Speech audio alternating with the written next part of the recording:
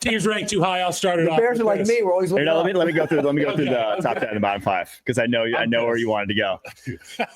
Number 1, new team atop, but it's an old team. Kansas City Chiefs, Philadelphia Eagles at 2, Buffalo Bills at 3, Detroit Lions 4. Back in the saddle again. Joe Tooney. There you go. Vikings 5, Packers 6, Steelers 7, Ravens 8, Broncos 9, Commanders round out your top 10. Bottom 5, Jags back in the bottom 28, Titans 29, Pats 30, Giants 31, Raiders 32. Those are your top 2 And by the picks. way, I flipped the coin on the Raiders and the Giants. I almost went Raiders too low because I think the Giants are worse, but we have more interesting teams to talk about. And Kyle? Teams ranked too high. I don't even know where they're ranked because, they move every week. But if they're not 32, they're too high. Chicago Bears are ranked too high at 23. I think there was a rounding error. It should have been 32 because the way that they looked last night and the way that they've looked. I remember after that Hail Mary game, I said, I don't know if they're going to win another game. Do you remember that? Yeah. I said, they're cooked. I don't know if they're going to win another game. I can just see it on the faces of these football players for the Chicago Bears. Way too high at 23. You're not giving enough credit to the 9 teams that are below them. Look at those 9 teams below them. There are 2 teams. Well, the Bears have lost 8 straight. There are 2 teams with longer losing streaks in the NFL right now, which is very difficult to believe. But the Giants and Raiders. Well, they should play. They should play in the toilet bowl. Well, the toilet bowl's this week. Jacksonville plays at the Raiders. Well, you know what? Don't even give them a toilet. Just give them a parking lot to piss in. Yeah, and the winner of that loses because you don't want to win that game. Yeah, it's hard not to agree with Kyle on this one because when you lose 8 straight games, and now their schedule we've discussed difficult.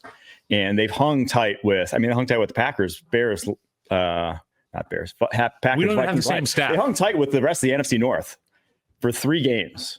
And, who below them are they worse than? Everybody. I think the Browns and the Saints at this point. The Browns, come on. Browns will beat the Bears. But it's more to belabor the point that looking cool. Chicago stinks, which I'm not going to. This is an opinion piece, okay? Let me have my opinion. Well, this is my opinion. Right the damn thing. You said flip a coin for the bottom 2 teams. I say there's 4 teams. You could just spin a dreidel, and they're all on there. You know what I'm saying? All right, my team that's too high, and it kills me to do this because, I thought they were the number 1 team a week ago, but I think at number 4, the Detroit Lions are too high right now because this is not the Detroit Lions anymore. It's just not. They've lost everyone. And specifically this past week, Aleem McNeil, David Montgomery, and Carlton Davis. The 2 guys kind of holding your smoke and mirrors defense together in Aleem McNeil and Carlton Davis, your best defensive lineman and your best cornerback, being out. Aleem McNeil for the season with an ACL, Carlton Davis through at least some playoff games, 6 weeks with the jaw injury. It's like they have they're the Bengals right now. They're almost indistinguishable from the Bengals at this point because a lot of points given up. They're going to give up 30 plus every single week with what they're throwing out. I agree. But unfortunately, again, you can't drop them. I mean, yes, but they could still end up with the 1 seed. They could. I don't think I don't see how though, because they play the Vikings. I don't see how they beat the Vikings at this point. The Vikings win out. They might even lose to the 49ers. If the Vikings win out, they're the 1 seed.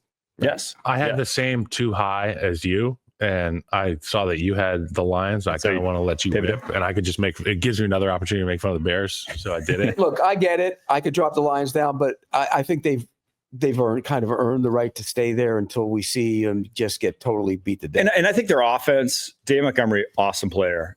They're still put up 30. They'll still be a great offense. That's not taking them from the realm of where they are. Away from their inside the tackle short yardage run. But it's going to have impact, especially when they're the 4th down kings. And is Vaki going to take over the reins? Yeah.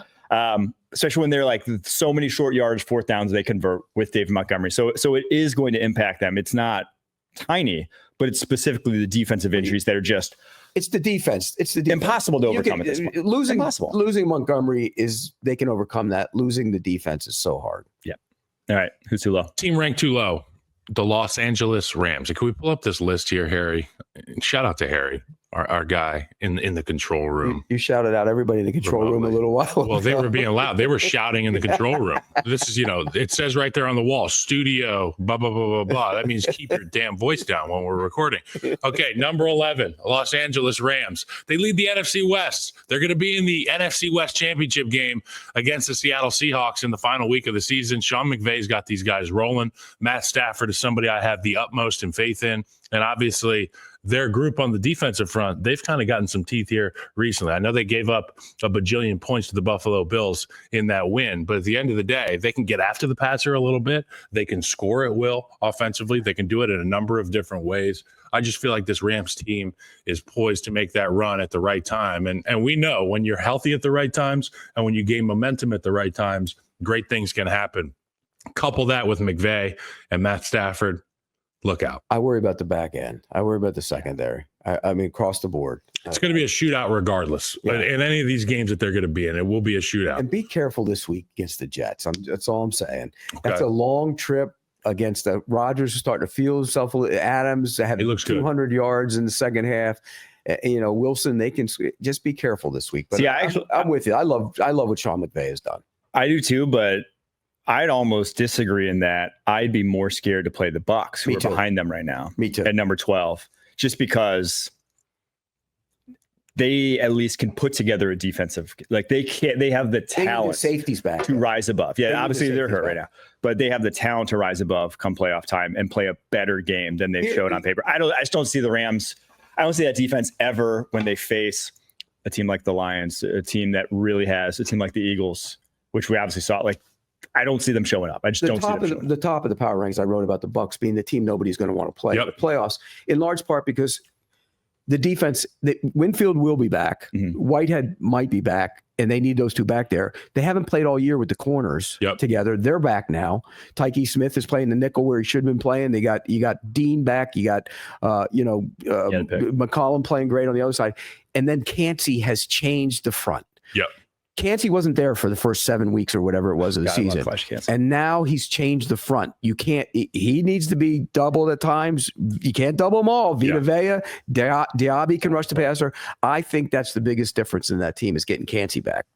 Well, now you've got my team that's too low. I'm going to go with the team that's number 2 because I think they should be number 1, Philadelphia Eagles. There's things I said about them that I said I worried about them and why I thought they were behind the Chiefs last week. They answered wholesale. Can they close out games? One of the best game closing out drives I've ever seen in NFL history. 10 minutes, 29 seconds to end it. Can they get this passing attack on track? They just simplified it. Let's just go one-on-one on the outside. That's fine. Let's throw it up to A.J. Brown. What a concept. They go for almost 300 yards through the air. Jalen Hurts' is best passing output all season against, not a great Steelers secondary, but a good Steelers defense. At that point, they are the best team in the NFL in terms of just talent-wise right now. At this very moment, they are the most talented team in the NFL. All right, and now But again, part of me with the Eagles, and I'll give you the Eagles. I mean, you can make a case for the Eagles being the first.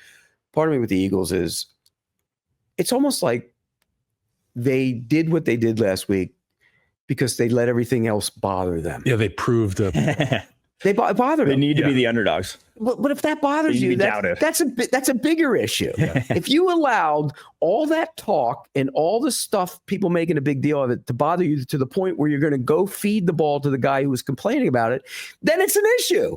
Then they're fragile. Yeah. Maybe he should talk shit about his teammates every week. Right? You saw the offensive lineman, Sean Mailata. No, we don't want to talk about that. We don't care.